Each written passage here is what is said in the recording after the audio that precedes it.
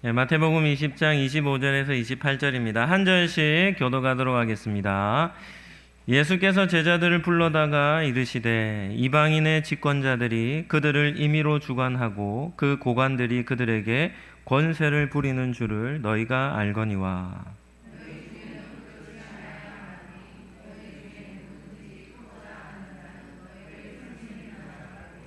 너희 중에 누구든지 으뜸이 되고자 하는 자는 너희의 종이 되어야 하리라.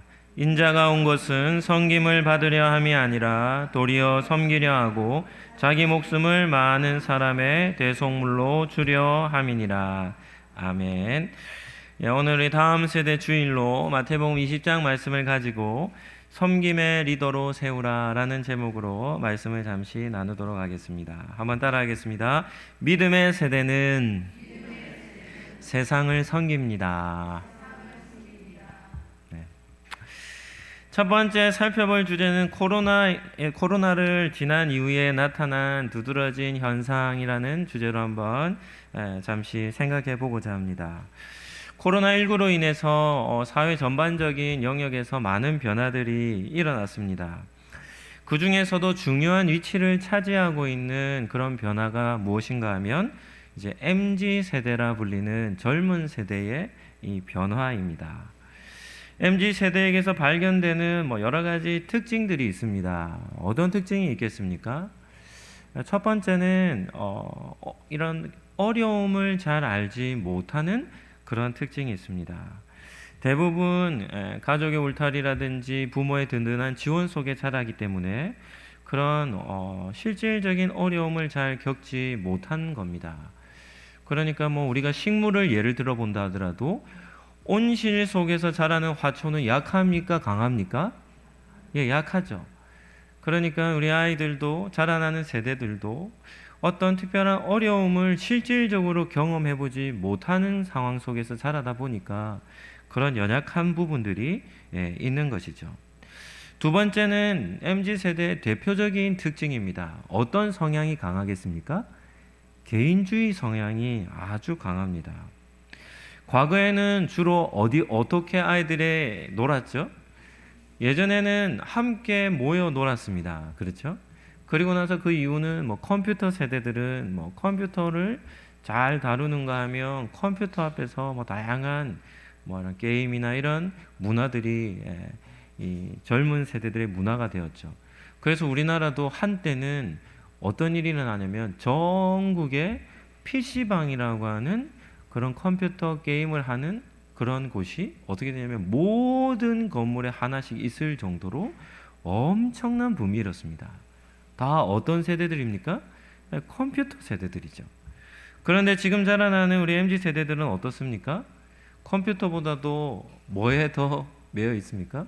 휴대폰에 다 매여 있죠. 휴대폰 하나만 주면 하루 종일 혼자 있어도 어떻습니까? 재밌게 지낼 수 있는 세대가 된 겁니다. 그리고 코로나19로 인해서 2년 반이라고 하는 긴 시간입니다. 2년 반은 긴 시간입니다.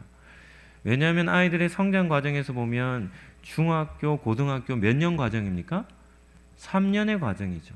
그러니까 그 정도 한 학년을 이렇게 이수할 정도의 한 3년의 기간 동안 비대면화되어서 친구들과의 만남이나 이런 것들이 단절된 채로 아이들이 관계적인 고립을 경험했기 때문에 자라나는 MZ세대는 개인주의적인 성향이 훨씬 강할 수밖에 없게 된 것이죠. 그래서 개인주의는 자연스럽게 어디로 향하게 되냐면 자유주의로 향하게 됩니다. 자유주의는 어떤 뜻일까요?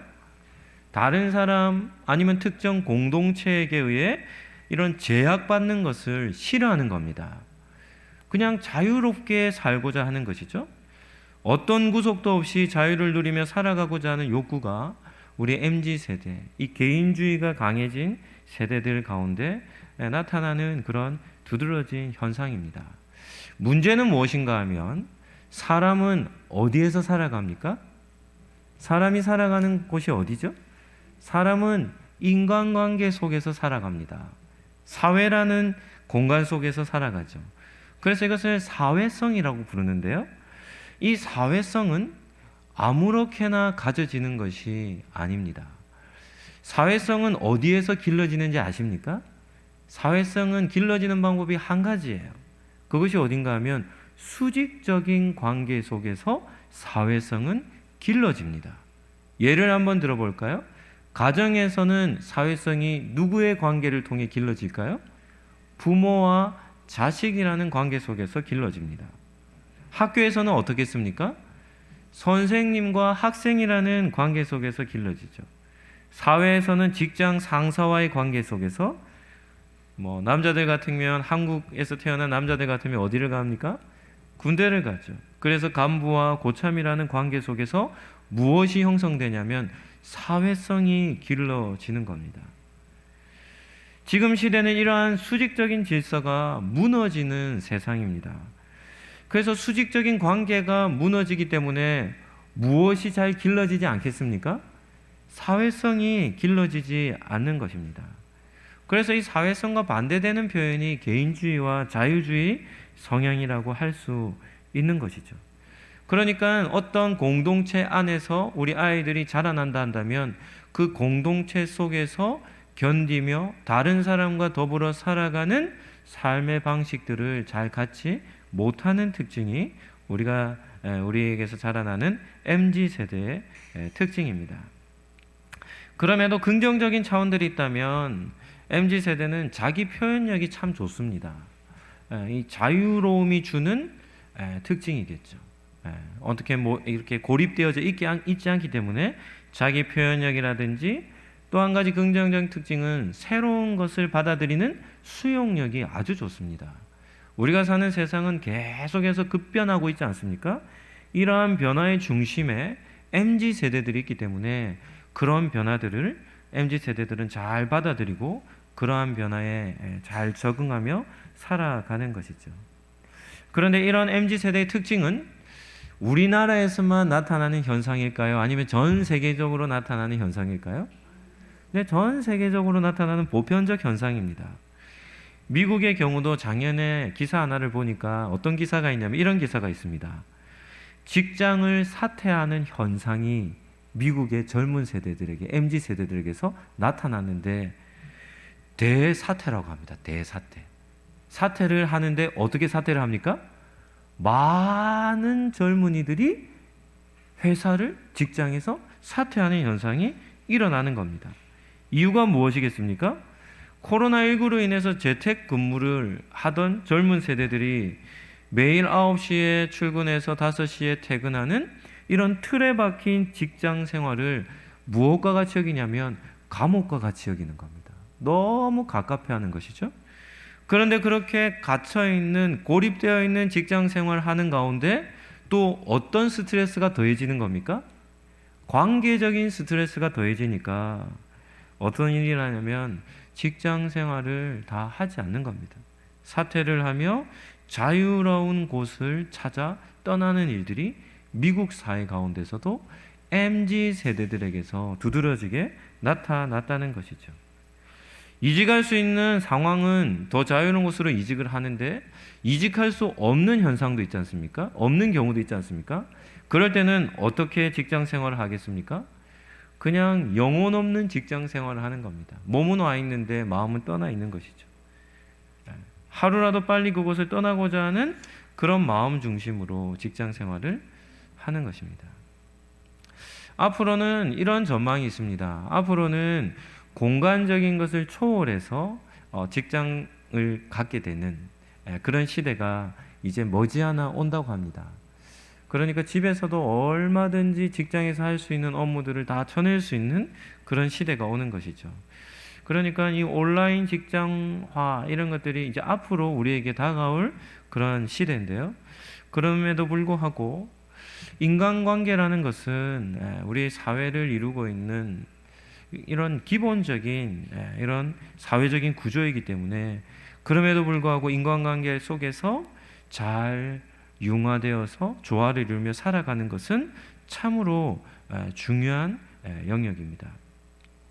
그렇다면 이렇게 개인주의화가 되어지는 시대 속에 이 사회가 요구하는 인간상은 어떤 인간상이겠습니까? 볼 것도 없죠. 어떤 인간상이겠습니까? 사회성을 잘 갖춘 그런 인재들이 필요한 겁니다. 그러니까 요새는 뭐 똑똑한 사람들도 잘 뽑지 않는데요.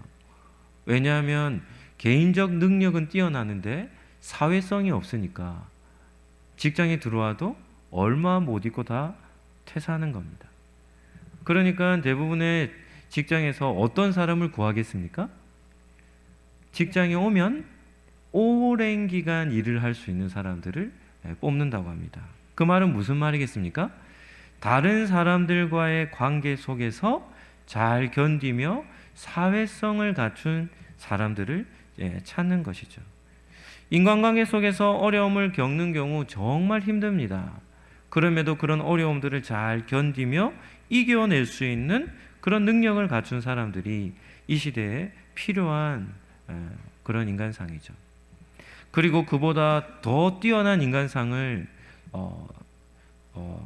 소개한다면 갈등과 분쟁의 관계까지도 풀어낼 수 있는 그런 사회성을 갖춘 사람이라고 한다면 그 사람은 어느 곳에 던져놔도 그 사람은 인정받으며 칭찬을 받게 될 것입니다. 우리가 자라나는 우리 다음 세대들에게 가르쳐야 할 신앙적 영역이 바로 이런 인격적 성숙함과 더불어 인간관계 속에서의 좋은 관계를 맺는 것, 이것이 바로 신앙의 가치요, 우리가 다음 세대들에게 잘 가르쳐야 할 그러한 모습입니다. 두 번째는 예수님 당시의 상황에 대해서 잠깐 살펴보겠습니다. 예수님의 리더십과 예수님 당시에는 또 다른 리더십이 하나 있었는데 그것은 유대교 종교 지도자들이 가지고 있었던 리더십입니다. 복음서의 유대 문화는 어떤 문화겠습니까? 유대 문화는, 유대 사회는 종교적인 그런 색이 아주 짙은 문화였습니다. 종교색이 짙은 문화니까 중요한 역할을 하는 사람들이 누구겠습니까? 종교 지도자들이겠죠. 그들은 백성들에게 존중을 받는 사람들이었습니다. 대표적인 인물들이, 역할들을 한 사람들이 제사장, 그리고 바리새인, 서기관, 그 외에도 뭐 사두개인들도 있고 율법학자들도 있고 이렇게 있는데요. 대표적인 직책을 갖고 있었던 사람들이 이 대제사장들입니다. 제사장들은 어디에서 일을 하는 사람들입니까? 성전 중심에서 사역을 하는 사람들이죠. 하나님께 제사의 특권을 부여받은 사람들입니다. 그래서 이 대제사장들은 성전 중심으로, 제사 중심으로 사역을 했죠. 그런데 문제가 무엇인가 하면 예수님 당시에 이 대제사장들은 명예욕과 권력욕에 사로잡혀 있었습니다. 그러니까 이런 인기주의죠. 사람들에게 칭찬을 받고자 하는 그런 욕구가 그들을 사로잡고 있었고, 그러한 욕구와 더불어 정치적인 세력과 함께 결탁되어 있기 때문에 그들의 하는 모든 삶의 형태들은 다 문제가 있었던 겁니다. 두 번째는 이 바리새인들입니다. 바리새인이라고 하면 신약 성경에 자주 나오거든요. 어떤 사람들인가 하면 이렇게 하나 적어 놓으시면 좋겠습니다. 바리새인들은 경건한 사람들입니다.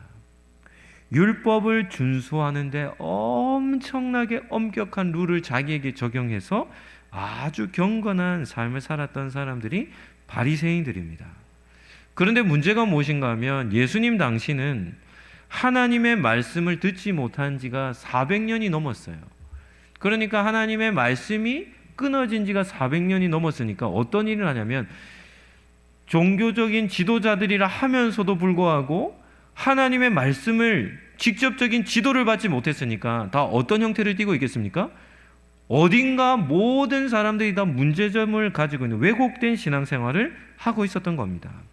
그래서 그들은 경건주의적인 삶의 형태를 갖고 있는데 철저하게 형식주의적인 경건의 모습들을 갖고 있었던 것이죠. 그래서 겉과 속이 전혀 다른, 예수님의 표현을 하면 외식입니다. 외식. 거짓된 경건을 가진 사람들이 그 당시 바리새인들이었습니다. 마지막 세 번째는 서기관들인데요.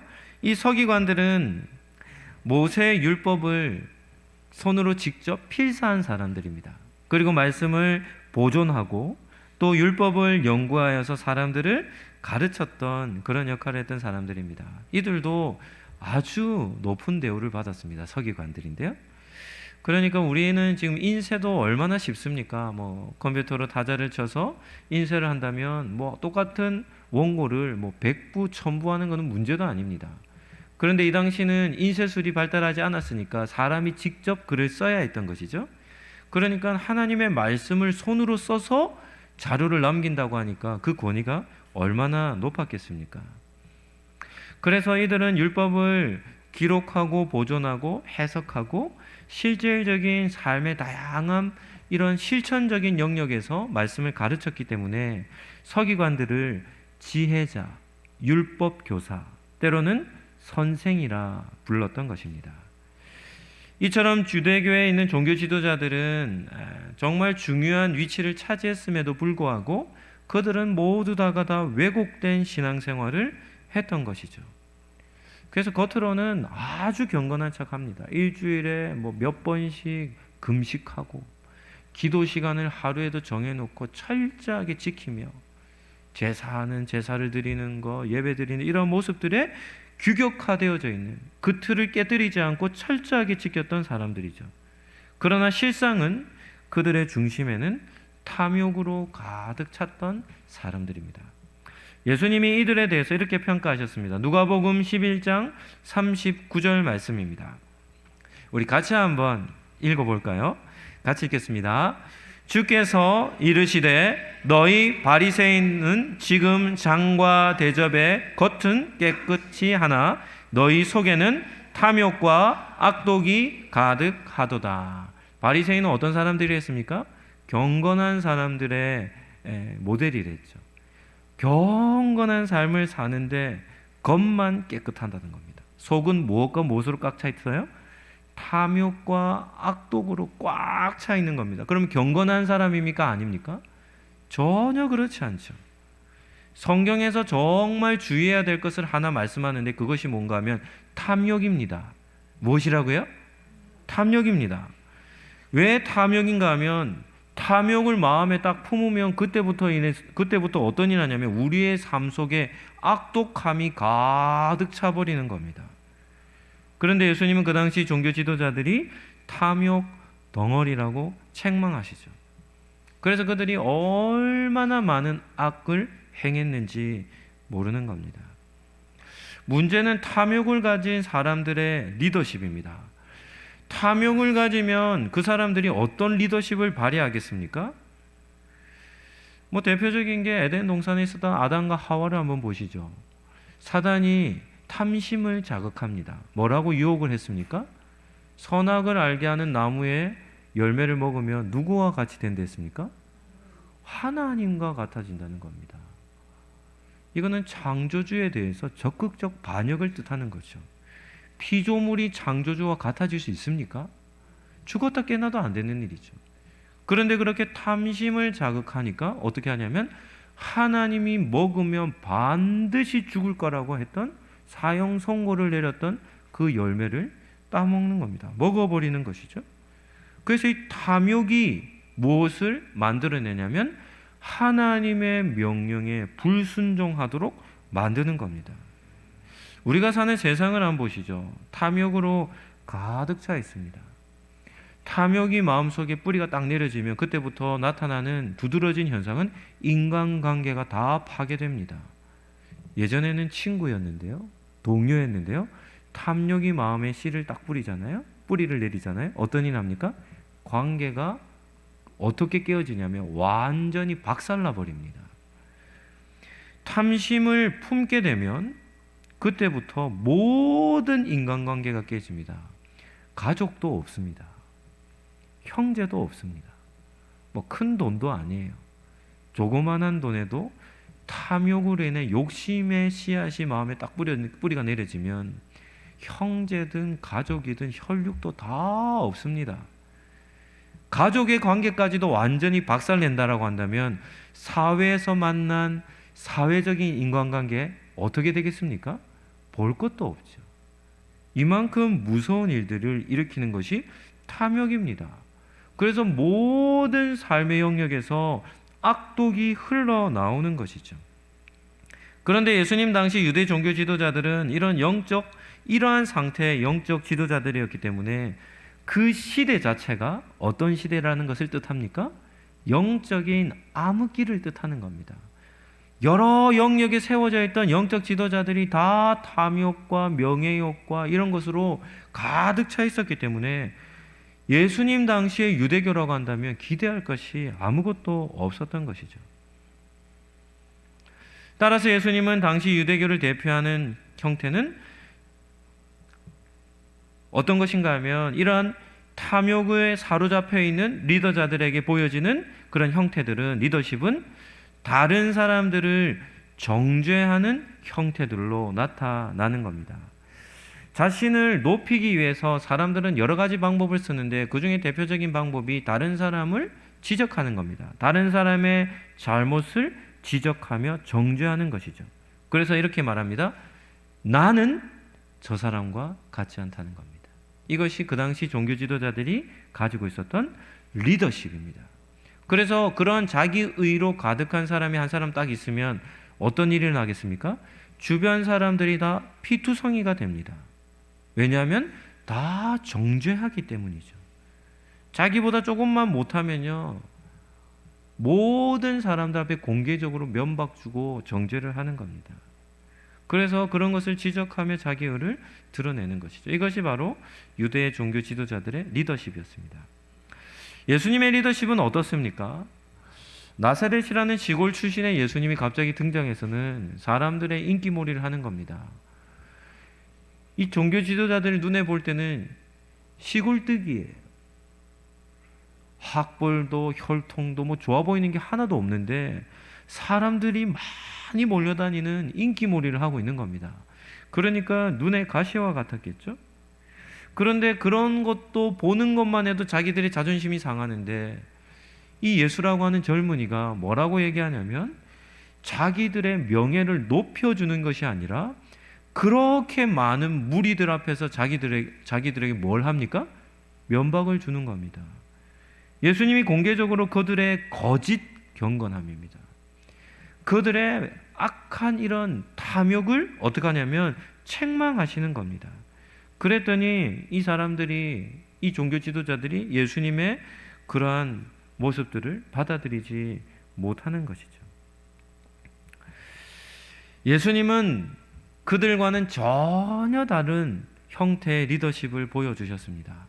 마태복음에 보면 8장 9장이 예수님의 치유 사역에 대한 내용이 나옵니다. 예수님은 많은 사람을 치유하셨습니다. 그런데 예수님은 단순히 몸의 육신의 질병만 치유하지 않으셨습니다. 무엇까지도 치유했겠습니까? 한번 따라 하시죠. 마음과 아픔까지도 치유하셨습니다. 예수님은 육신의 질병만 치유하신 것이 아니라 무엇까지 치유하셨다고요? 마음에 있는 그런 아픔과 상처와 슬픔과 외로움과 이런 것을 다 치유하시는 겁니다. 예수님은 치유사에 갈 때 손을 잘 사용하셨습니다. 손을. 나병 환자들에게는 네가 나음을 받았다 이렇게 말씀만 안 하시고 뭐까지도요? 손을 사용하셔서 나병 환자의 몸에 무엇을 대십니까? 손을 대시는 겁니다. 나병 환자의 몸에 손대는 것은 뭐 구약의 율법으로 보면 부정해지는 겁니다. 그래서 아무도 그 사람의 몸에 손대는 사람이 없는데 예수님은 그 저주받은 몸이라고 여겨지는 그 몸에 손을 대시는 겁니다. 베드로의 장모였던 한 늙은 노모죠. 열병에 걸리셨는데 예수님이 그 집에 친히 찾아가셔서 그 베드로의 장모의 손을 붙잡으시고 손을 잡으시고 어떻게 하냐면 열병을 치유해 주십니다. 그러니까 예수님은 따뜻한 손길로 많은 사람들을 치유해 주신 것이죠. 이렇게 예수님이 사역하시는 모습은 예수님의 리더십을 보여주는데 성경에서 예수님의 리더십을 어떻게 표현합니까? 섬김의 리더십이라고 얘기하죠. 섬김의 리더십. 예수님의 섬김이 더 가치가 있는 것은 무엇인가 하면 약한 자들을 찾아다니시며 예수님께서 그들을 섬겨 주신 것입니다. 세상에는 약한 자들을 무시합니다. 약한 자들은 안중에도 없습니다. 그들이 어떻게 되든지 별 관심을 가지지 않습니다. 그런데 그러한 소외된 사람들, 격리된 사람들을 예수님은 찾아다니시며 그들을 섬겨주신 겁니다. 마태복음 8장에 보면 예수님께서 많은 무리들에게 쌓여 있다가 이 갈릴리 바다를 건너서 건너편으로 가자 말씀하시는데, 그 갈릴리 바다를 건널 때에 어떤 일이 나냐면 강풍이 불어서 풍랑이 일어납니다. 그래서 예수님이 탄 배가 어떻게 됩니까? 박살날 정도로 생명의 위협을 겪게 되죠. 그런 때 제자들이 도무지 풍랑을 이기지 못해서 주무시고 계신 예수님을 깨우는데요, 예수님이 잠에서 깨셔서 풍랑을 잠잠케 하시고 목적지인 건너편으로 도착하세요. 그런데 그 가다라 지역이라는 곳에 도착하셔서 예수님이 가신 곳이 있는데 어디로 향하신지 아십니까? 무덤 곁에서 군대 귀신 들린 사람 두 사람을 찾아가십니다. 한번 생각해 보시죠. 귀신에 사로잡혀 있는 사람이라면 온전한 정신으로 삶을 살아갈 수 있겠습니까? 그런데 귀신이 하나가 아니라 군대 귀신, 많은 귀신에 사로잡혀 있는 내적 상태라면 어떻게 살아가겠습니까? 성경은 그들이 이렇게 살았다고 얘기합니다. 괴성을 지르며 산 겁니다. 그 괴성은 어떤 괴성일까요? 고통스러운 소리를 지르며 사는 겁니다. 사회에서 완전히 격리된 채로 살아가는 사람들 아닙니까? 예수님은 목숨의 위태로운 그 풍랑을 뚫고 지나가서는 어디로 가시냐면 군대에 귀신 들린 자들에게로 향하십니다. 그래서 그들을 온전한 사람으로 회복시켜 주시는 것이죠. 사회 속에서 가장 약한 자들, 가장 불쌍한 자들을 찾아가셔서 예수님은 그들을 섬기는 모습을 볼 수 있는 겁니다.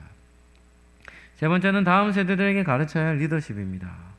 다음 세대들에게 우리는 어떤 삶을 가르쳐야 되겠습니까? 우리 아이들도 세상에 있는 아이들과 별 다를 바가 없습니다. 개인주의적인 성향이 강하고, 그리고 이거 자유롭게 살아가는 아이들이죠. 그러하기 때문에 우리 아이들을 믿음 안에서 잘 가르칠 필요가 있는데, 그 가르치는 분명한 우리 방향성이 바로 예수님의 리더십이 아니겠습니까? 한 두 가지만 말씀을 드린다면, 첫 번째는 아픔을 가진 그런 사람의 친구가 되어주는 겁니다. 저희 집 아이와 하루는 대화를 나눴습니다. 한 친구가 있는데 그 아이는 어떤 상태냐면 엄마를 모른답니다. 그러니까 어릴 때 태어나서 부모님에게 좀 일찍 헤어진 것 같아요. 그래서 이 아이에게는 엄마에 대한 기억이 없다는 겁니다. 그래서 아버지와 할머니 밑에서 자라는 겁니다. 그러다 보니까 엄마의 부재로 인해서 어떤 현상들이 있을까요?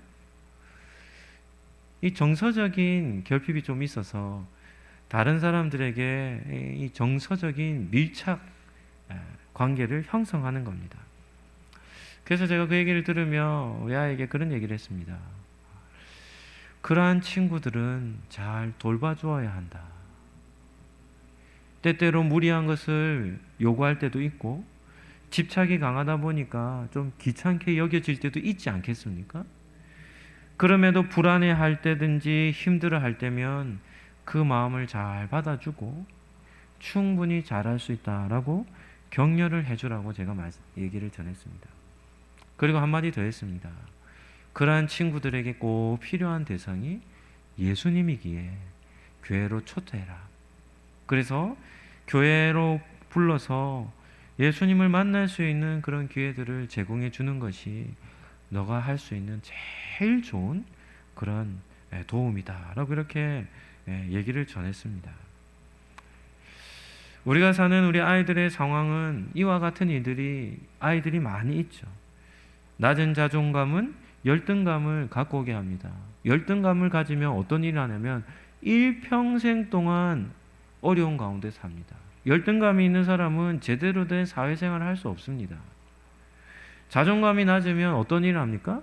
모든 주변 환경을 부정적으로 보고 자신의 인생도 부정적으로 보고 무슨 일을 어떤 사람을 어떤 환경에 놓이든지 감사거리들을 발견하지 못하는 그러한 삶을 살아가는 것이죠. 그래서 그러한 사람이 있다면 우리는 잘 돌봐줘야 할 그런 사명이 있는 것입니다. 그래서 그런 친구들이 주변에 많이 있을 것인데 그런 친구들을 잘 섬기는 사람이 되어야 한다고 이렇게 얘기를 전했던 적이 있습니다. 두 번째는 섬김의 훈련을 시키는 겁니다. 섬김의 습관을 갖는 것 아주 중요합니다. 개인주의적인 성향을 가지고 있는 사람들은 다른 사람을 섬길 줄 모릅니다. 자기밖에는 모르죠.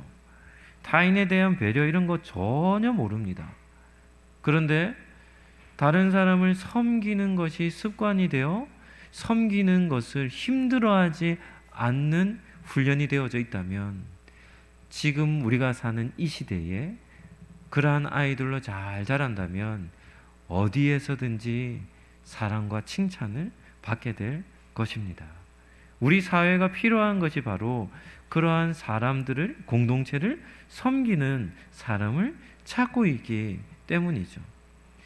자발적인 섬김이 되지 않는다라면 이렇게 누군가가 시킬 때 그렇게 순종하는 태도를 가르치는 것도 필요합니다. 그 정도만 해도 충분합니다. 우리 한국 사회는 유교적인 정신이 강합니다. 그래서 윗사람에 대한 공경, 이것은 모든 사람들이 다 가지고 있는 문화이죠. 그래서 어른들이 무언가를 시킬 때 말을 잘 듣는 아이라고 한다면 다 어떻게 반응합니까? 어른들이 그 아이를 칭찬합니다. 누구도 싫어하지 않습니다. 그렇기 때문에 수직적인 관계 속에서 순종을 잘하는 태도는 사회성을 갖추는 데 있어서 정말 중요한 역할을 하는 것이죠. 학교에서도 선생님의 심부름을 잘한다고 하면 반드시 그 선생님은 그 아이를 평가할 때 어떻게 평가하겠습니까? 극찬하는 평가를 할 겁니다. 일평생 동안 선생님에 의해서, 담임 선생님에 의해서 칭찬하는 기록이 그 아이의 평생을 따라다니게 될 것이죠. 어디서든지 어른의 부탁에 힘들지 않게 순종하는 태도만 갖춘다면 그것만으로도 충분한 것입니다. 이러한 작은 삶의 훈련과 태도가 아이의 칭찬을 넘어 부모의 칭찬이 될 것이고 그것을 넘어서 누구에게까지도 칭찬을 듣게 할까요? 예수님을 믿는 예수님의 이름까지도 높이는 그런 일들이 일어나게 될 것입니다. 말씀을 정리하도록 하겠습니다. 오늘 본문에 예수님을 3년이나 따라다녔던 제자들 어떤가 아십니까? 제자들도 높아지기를 원했습니다. 누가 더 높은 자리, 12명의 제자들이 누가 더 높은 자리에 오르느냐를 가지고 싸우고 있었던, 갈등하고 있었던 것이죠. 그때 예수님이 그들에게 뭐라 말합니까? 26절, 27절입니다. 제가 한번 읽어드리겠습니다. 제자들에게 말합니다. 너희 중에는 그렇지 않아야 하리니 너희 중에 누구든지 크고자 하는 자는 너희를 섬기는 자가 되고 너희 중에 누구든지 으뜸이 되고자 하는 자는 너희의 종이 되어야 하리라. 예수님은 모든 사람들은 더 높아지기를 원하지만 제자들인 너희들은 그렇지 않아야 한다. 어뜸이 되고자 리더가 되고자 하는 자는 섬기는 자가 되어야 한다고 말씀하는 겁니다. 우리 상록교회는 섬김의 공동체가 되어야 할 줄로 믿습니다.